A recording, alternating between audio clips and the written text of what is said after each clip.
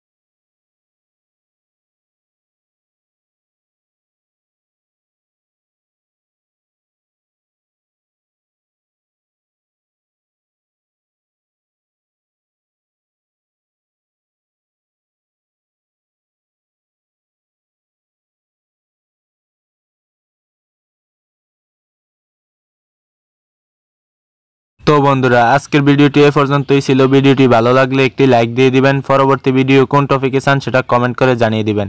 আর নিত্য নতুন নতুন ডিজাইনিং ভিডিও পেতে হলে এই সুমন টেক বঙ্গ ইউটিউব চ্যানেলটি সাবস্ক্রাইব করে পাশে থাকা বেল আইকনটি ক্লিক করে অল বাজিয়ে রাখুন।